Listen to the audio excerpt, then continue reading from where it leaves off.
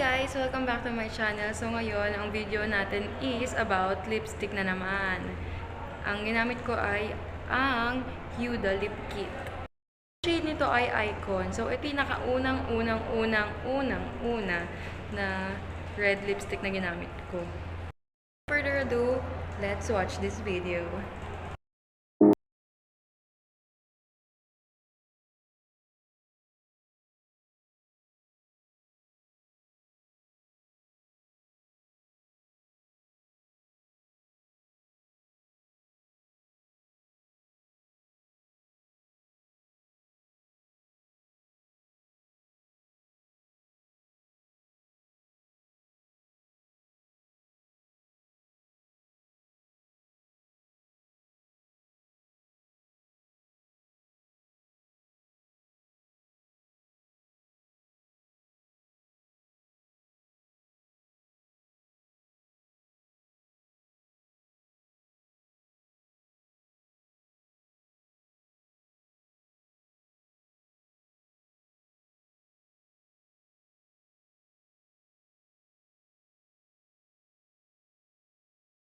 So, yan na nga yung natira sa aking lips after 4 hours. So, gigay ko siya ng 2:10 PM. Tapos ngayon ay 6:34. So, 4 hours na. Lampas mo ng 4 hours.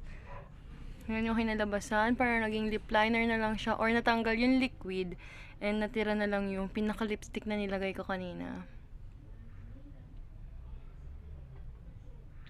So, yun.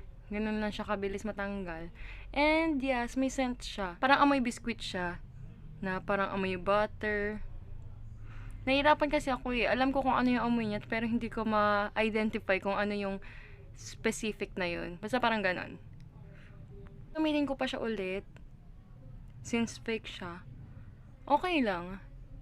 Pero madami kasi akong lipstick eh. So, probably, hindi ila-let go ko na siya. Pero gusto ko kasi yung shade niya. So, hindi ko pa alam. Sa ngayon, nagandan kasi ako sa shade niya for the first time in my life. Nagkagusto ako ng color red. So, yun.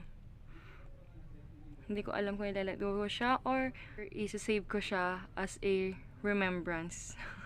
Remembrance na siya yung unang red na color na pinili ko. So, ganun ko na tong mga to. Yan.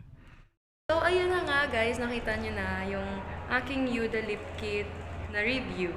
Yan. Ayun nga guys, sana na-enjoy nyo tong video na to, and don't forget to like this video if you like it and subscribe to my channel. And yes, thank you for watching. Bye!